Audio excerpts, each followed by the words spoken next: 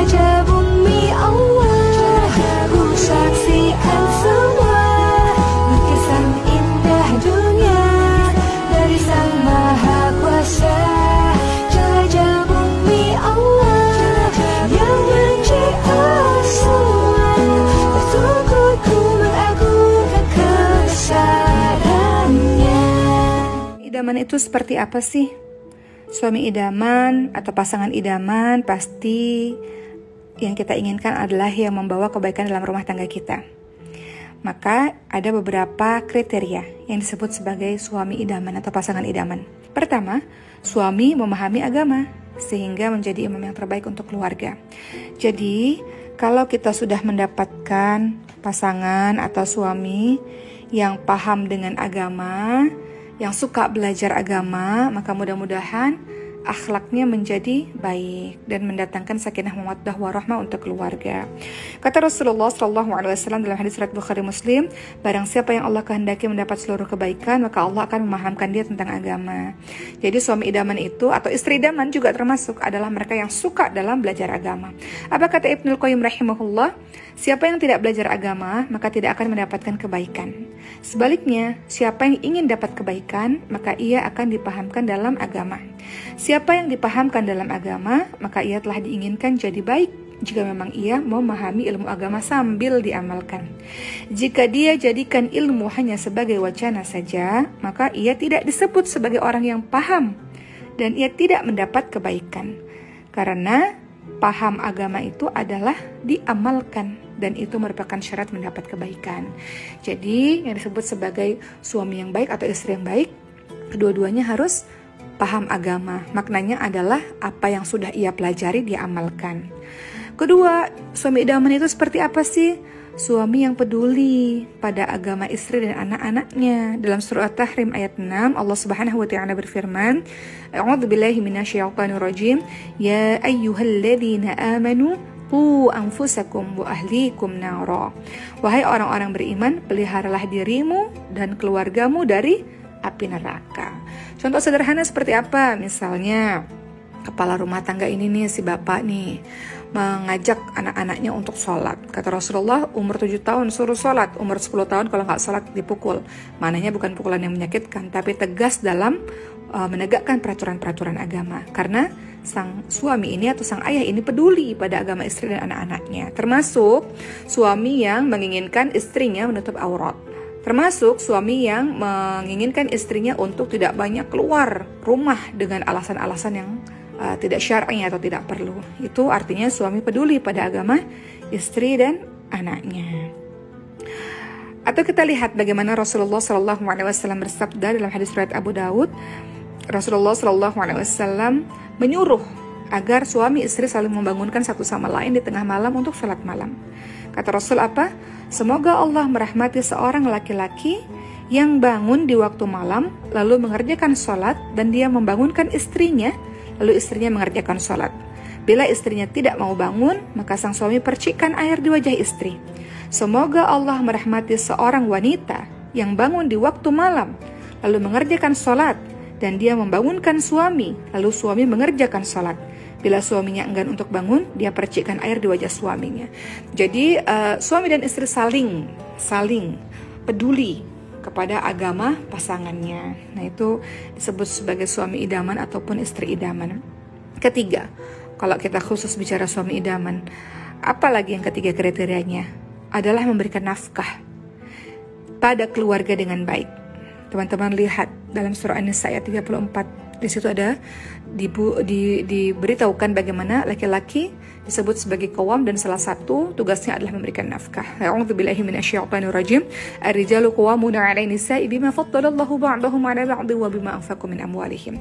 Jadi laki-laki disebut qawwam karena dia punya kewajiban, salah satunya adalah memberikan nafkah. Atau teman-teman lihat dalam hadis riwayat Abu Dawud, Rasulullah SAW bersabda, ketika ada yang ditanya kewajiban suami pada istri itu apa, wahai Rasul? Maka Rasul jawab, laki-laki memberikan istrinya makan sebagaimana ia makan. Engkau wahai laki-laki memberikan pakaian sebagaimana engkau berpakaian. Dan engkau tidak pukul wajah istri. Dan engkau tidak jelek-jelekkan istri dan tidak boikot selain di rumah. Jadi kata Rasul apa? wala tadribul wajh, nggak boleh pukul wajah istri. Wala tuqabbih, nggak boleh caci maki. Nggak boleh menyakiti hati. Kalau KDRT itu ada KDRT fisik, ada KDRT verbal, kekerasan dalam rumah tangga verbal. Nggak mukul sih, tapi kata-katanya nyelekitnya itu juga nggak boleh.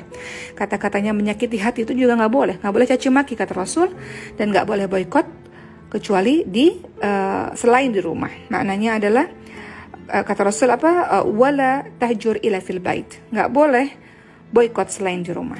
Jadi kembali bahwa yang disebut sebagai suami idaman tadi ya memberikan nafkah, kemudian dia tidak pukul, tidak caci maki, tidak boikot selain di rumah. Kalau ada yang bertanya besaran nafkahnya yang harus diberikan laki-laki pada wanitanya, suami pada istrinya tuh sebesar apa sih? Dalam surah At-Talaq ayat 7, kita baca sama-sama teman-teman sekalian. Allah Subhanahu wa taala berfirman, "A'udzu billahi minasyaitonir rajim. Liyunfiq dzu sa'atin min sa'atihi. وَمَنْ قُدِرَ عَلَيْهِ رِزْقُهُ فَلْيُنْفِقْ مِمَّا آتَاهُ اللَّهُ لَا يُكَلِّفُ اللَّهُ نَفْسًا إِلَّا مَا آتَاهَا سَيَجْعَلُ اللَّهُ بَعْدَ عُسْرٍ يُسْرًا." Yang artinya, hendaklah orang yang mampu memberi nafkah menurut kemampuannya, dan orang yang disempitkan rezekinya hendaklah memberikan nafkah dari harta yang diberikan Allah kepadanya. Allah tidak memikulkan beban kepada seseorang melainkan sekedar apa yang Allah berikan kepadanya. Artinya, mau sebagaimanapun kaya rayanya si istri ini, tetap laki-laki harus memberikan nafkah semampunya, semampu sang laki-laki ini. Abul Abbas Ibnu Taimiyah rahimahullah pernah berkata, yang tepat dan lebih benar sebagaimana yang dinyatakan oleh kebanyakan ulama bahwa nafkah suami pada istri kembali kepada kebiasaan masyarakat. Tidak ada besaran tertentu yang ditetapkan oleh syariat. Dan nafkah itu berbeda sesuai dengan perbedaan tempat, zaman, keadaan suami istri, dan adat yang ada. Ya itu tadi ya, jadi nafkah itu tetap wajib, harus tetap diberikan, namun sesuai dengan kemampuan, sesuai dengan kebiasaan masyarakat setempat, seperti itu. Kemudian yang keempat, disebut suami idaman, pasangan idaman itu kalau seperti apa sih? Kalau selalu berusaha meluangkan waktu untuk istri dan anak-anaknya. Kalau kita lihat, teman-teman sekalian, Rasulullah SAW pernah loh meluangkan waktu pada saat safar, itu bersama dengan Siti Aisyah radhiyallahu anha. Apa yang dilakukan oleh Rasul untuk menyenangkan hati istrinya? Lomba lari, teman-teman sekalian. Hal ini diceritakan dalam hadis riwayat Abu Daud dan Ibnu Majah, bahwa pernah pada suatu ketika Siti Aisyah bersama dengan Rasulullah berlomba lari, dan waktu itu Siti Aisyah berlari sangat kencang berusaha untuk mengalahkan Nabi Muhammad SAW, dan Siti Aisyah menang. Berapa tahun kemudian Siti Aisyah sudah bertambah gemuk, maka lomba lari lagi bersama dengan Rasul. Namun pada saat itu Siti Aisyahnya kalah. Lalu Rasul pun bercanda dengan mengatakan, ini balasan untuk kekalahanku dulu. Jadi intinya adalah suami harus, walaupun sibuk di luaran sana, ini kalau ingin jadi laki-laki idaman, termasuk perempuan sama saja. Wanita kan ada wanita karir zaman sekarang kan, sibuk di luaran sana, tetap harus meluangkan waktu untuk pasangannya. Kemudian yang kelima, disebut sebagai suami idaman ataupun istri idaman, banyak memaklumi kekurangan satu sama lain dan terus memperbaiki diri. Dalam hadis riwayat Muslim dari Abu Hurairah radhiyallahu anhu, Rasulullah sallallahu alaihi wasallam bersabda, "Jangan seorang mukmin membenci seorang mukminah. Jika si pria tidak menyukai suatu akhlak pada wanita, maka hendaklah ia melihat sisi yang lain yang ia ridhoi." Jadi kalau kita lihat pasangan kita, teman-teman sekalian, ada yang salah, jangan fokus pada kesalahan itu, tapi lihat sisi yang lain. Kebaikannya banyak, kejelekannya, keburukannya mungkin satu, tapi kebaikannya banyak, sehingga kalau kita fokus pada kebaikannya, kita akan memaklumi kekurangan satu sama lain. Yang keenam, sahabat sekalian, yang harus juga diperhatikan oleh laki-laki dan perempuan, suami dan istri, adalah suami punya kewajiban memenuhi hajat istri, begitu pula istri pada suami. Contoh ini terjadi kepada Abu Darda. Pada saat itu Salman Al-Farisi, seorang sahabat, berkunjung ke rumah Abu Darda dan lihat istrinya Abu Darda dalam keadaan yang tidak mengenakan. Maka Salman pun bertanya kepada Ummu Darda, istrinya Abu Darda, "Kenapa engkau menjadi seperti ini?" Kemudian Ummu Darda mengatakan, "Abu Darda, suamiku itu sudah seolah-olah tidak lagi butuh terhadap dunia, tidak lagi perlu terhadap saya." Kemudian akhirnya Salman Al-Farisi lihat Abu Darda ini puasa terus-menerus, kemudian kalau malam tidak tidur ibadah terus-menerus. Kemudian apa yang dikatakan oleh Salman Al-Farisi? Salman Al-Farisi pun mengatakan, sungguh engkau memiliki kewajiban kepada Rabbmu, wahai Abu Darda. Engkau juga punya kewajiban terhadap dirimu untuk istirahat, untuk makan. Dan engkau punya kewajiban kepada keluargamu untuk melayani istrimu bersama dengan anak-anakmu. Maka berilah porsi yang pas untuk masing-masing kewajiban tadi. Dan Abu Darda pun mengadukan hal ini kepada Rasul. Dan kemudian Rasul bersabda, Salman itu benar, dalam hadis riwayat Bukhari. Jadi kalau ingin menjadi pasangan idaman, yang ke-6 tadi, harus memenuhi hajat dari pasangan kita. Pasangan kita punya hak atas kita. Yang ke-7 sahabat sekalian adalah tidak banyak curiga kepada pasangan. Jangan dikit-dikit curiga, jangan dikit-dikit suuzon. Kita lihat dalam surah Al-Hujurat ayat ke-12, Allah Subhanahu wa taala berfirman, A'udzubillahi minasyaitonir rajim. Ya ayyuhalladzina amanu jatanibu katsiran minadh-dhanni inna ba'dadh-dhanni itsm wa la tajassasu ولا يغتب بعضكم بعضا أيحب أحدكم أن يأكل لحم أخيه ميتا فكرهتموه. Yang artinya, wahai manusia yang beriman, jauhilah kalian dari banyak prasangka.